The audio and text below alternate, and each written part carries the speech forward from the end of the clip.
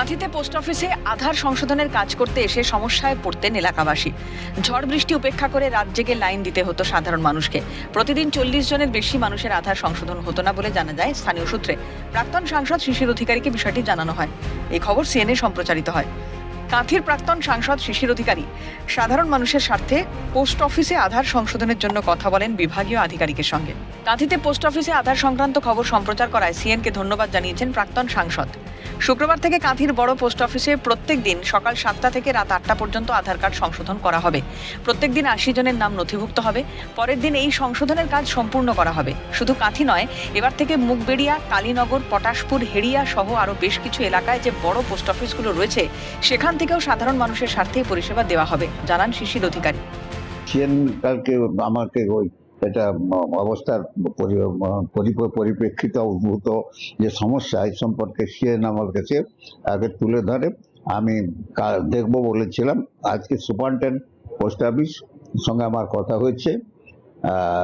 হেড়িয়া, কালীনগর এবং আমাদের মুগবেড়িয়া, পটাশপুর ইত্যাদি যে ব্রাঞ্চগুলো আছে সেই সমস্ত ব্রাঞ্চ থেকে ইস্যু হবে।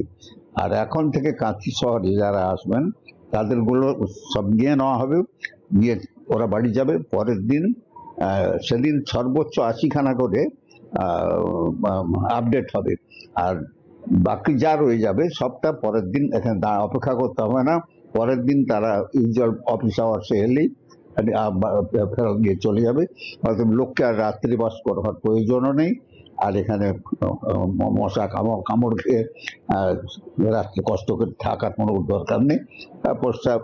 পোস্টাল ডিপার্টমেন্ট খুব ঐতিহাসিক সিদ্ধান্ত আজ একটা নিয়েছেন। আমি ধন্যবাদ জানাচ্ছি পোস্টাল ডিপার্টমেন্টকে। সিএন এই ব্যাপারে অগ্রণী ভূমিকা নেওয়ার জন্য সিএনকে আমি ধন্যবাদ জানাচ্ছি। শিশির অধিকারীর উদ্যোগে এই আধার সংক্রান্ত বিষয়ে মানুষের সমস্যার সমাধানে খুশি কাঁথি শহরের সাধারণ মানুষ। শিশির অধিকারীকে সাধুবাদ জানিয়েছেন তারা।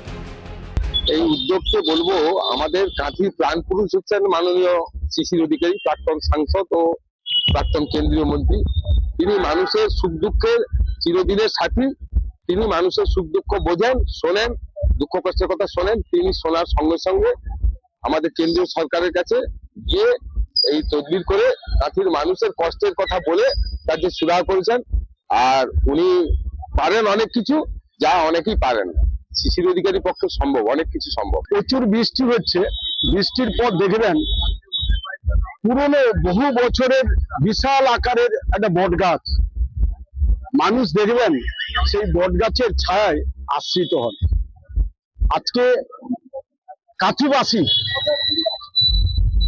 ঠিক আমাদের ওরা প্রাক্তন সাংসদ, বর্ষিয়ান লিডার শিশির অধিকারী মহাশয় ঠিক আমাদের কাছে সেই পুরনো বট গাছ। উনি বরাবরের জন্য সবাইকে এইভাবে সারা জীবন, আজকে উনার বয়স 89, 89 থেকে 90-তে ঢুকবেন, মানুষের জন্য পরিষেবা দিয়ে দিয়ে আজ এই বৃদ্ধ বয়স পর্যন্ত উনার মনের কিন্তু সেই ডাক কিন্তু বা উনার যে কর্ম পদ্ধতি কোনো কারণে কমেনি। গতকাল খবর সম্প্রচারের পর সাধারণ মানুষের যে এবার তাদের যে সমস্যার সমাধান হতে চলেছে, ক্যালকাটা নিউজকে তিনি শুভেচ্ছা জানালেন। পূর্ব মেদিনীপুর কাঁথি থেকে বিনোদ মণ্ডল, ক্যালকাটা নিউজ।